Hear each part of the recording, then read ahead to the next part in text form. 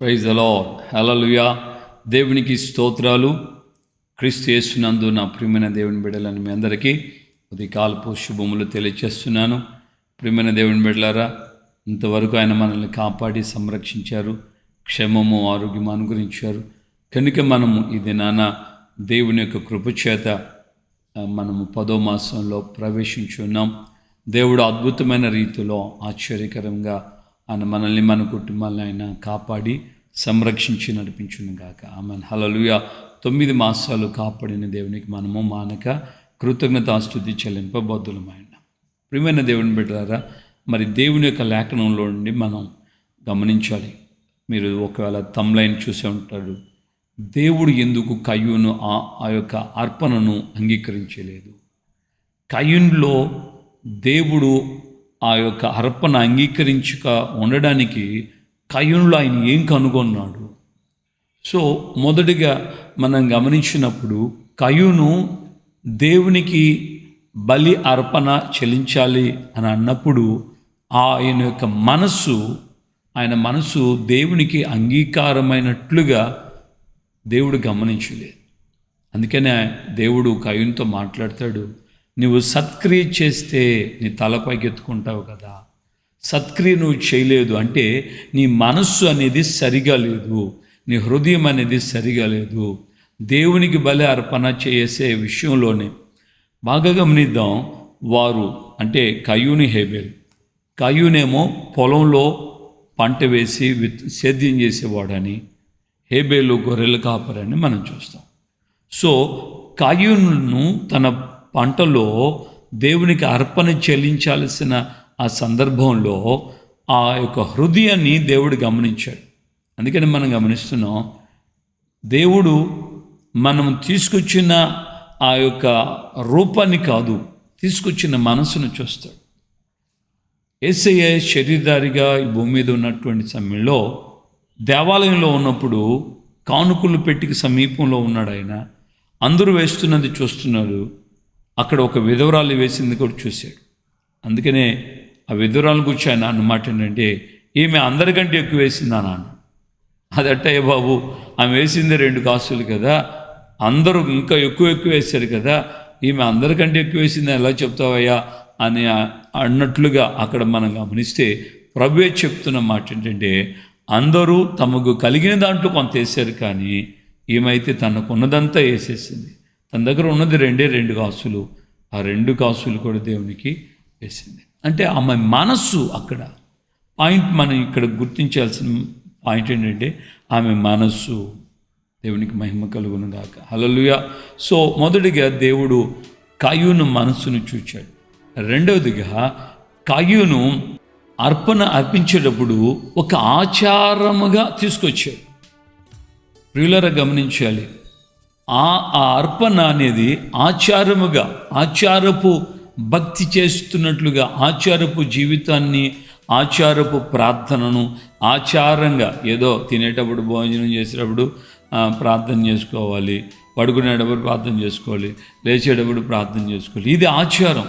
చర్చికి వెళ్ళాలి కాబట్టి ఆదివారం వెళ్దాంలే, ఎన్ని గంటలకైతే ఉంది, 10 గంటల ప్రార్థన అంటే 10:30కి పోదాం, 11:30కి పోదాం, 12 గంటలకు పోదాం, అట్లా ఇది ఒక ఆచారం.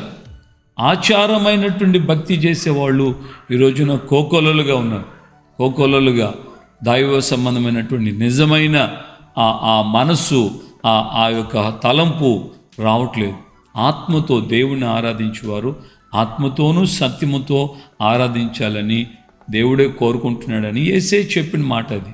కనుక ఈ యొక్క కయ్యూను అర్పణలో రెండవదిగా దేవుని నుండి కయ్యూను అర్పణ తిరస్కరించబడడానికి కారణం ఏంటంటే, కయ్యూను ఆచారముగా అర్పణ చేశాడు. మూడవదిగా మనం గమనించినప్పుడు కయ్యూను యొక్క అర్పణలో ఆ యొక్క పొలములో పండిన పంటలో మనము శ్రేష్టమైన వాటిని ఆయన ఇచ్చినట్లుగా రాయబడలేదు. పంటలో కొంత తెచ్చాడు అని అంతే. పంటలో ఏదో కొంత తీసుకొచ్చాడు. మేబీ అది మొదటి పంట యొక్క ఆ ప్రఖ్యాత, ఆ యొక్క వాటి యొక్క ప్రాముఖ్యత, ఆ విశేషము అన్నీ వేరుగా ఉంటాయి. తొలిచూలు, తొలి పన అని కూడా దేవుని యొక్క లేఖనంలో మనం చూస్తాం. తొలి పనను మనం కోసేటప్పుడు ఆ మొదటి పనను కోసి దేవుని సన్నిధికి బలిగా దాన్ని నైవేద్యంగా అర్పించేవారు. అంటే శ్రేష్టమైనది. దేవునికి అర్పణ చెల్లించేటప్పుడు కయ్యూను యొక్క అర్పణ శ్రేష్టమైనదిగా లేదు. కయ్యూను అర్పణ ఎలా ఉందంటే, ఏదో ఇవ్వాలి కాబట్టి ఇద్దాం, మ్రొక్కుబడి అర్పణ.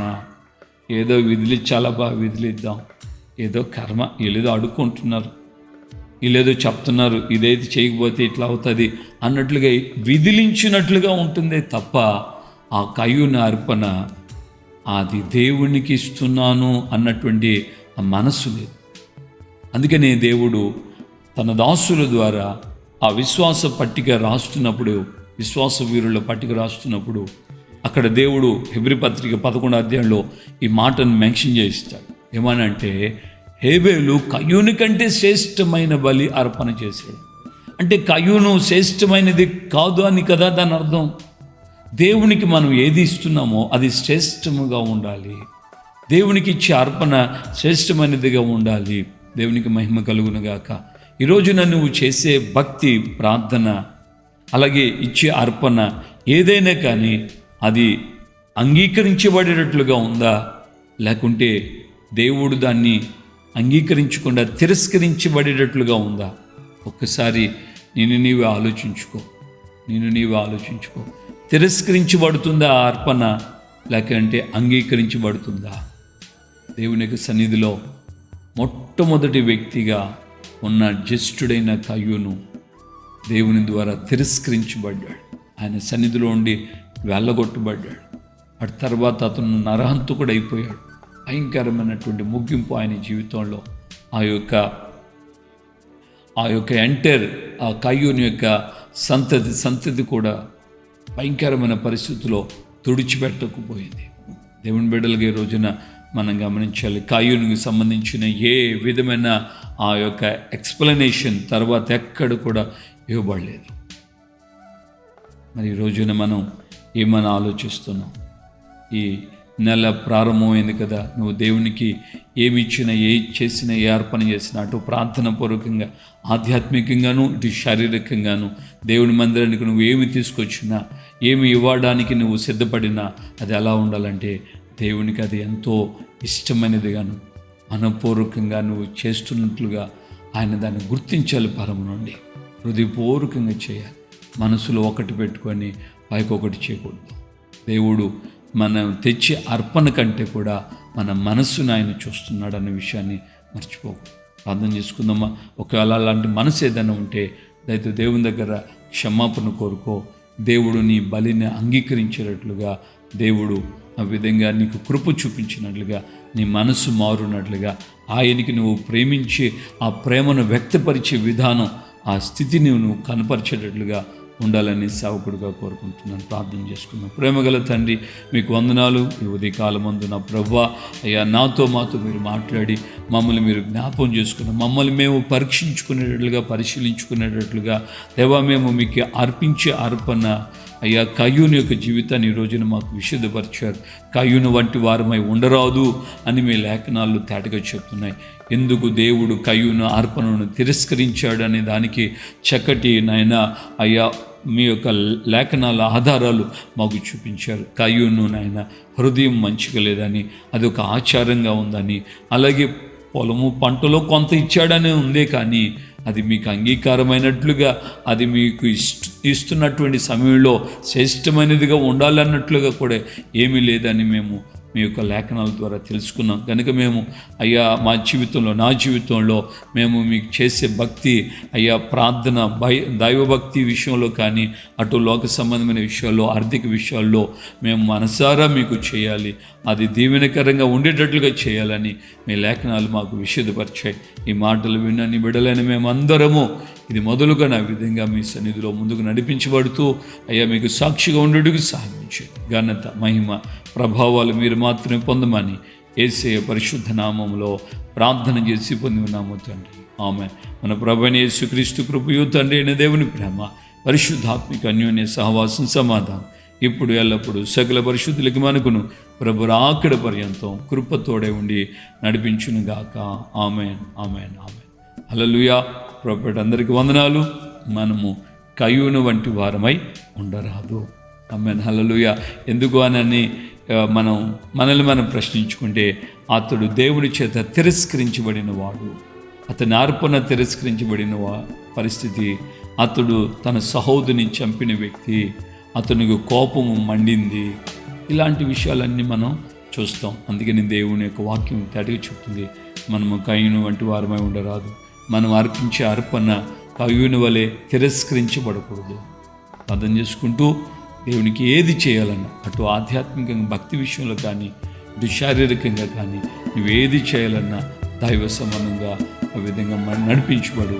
దేవుడు తప్పకుండా నీకు కృప చూపిస్తాడు. హల్లెలూయా.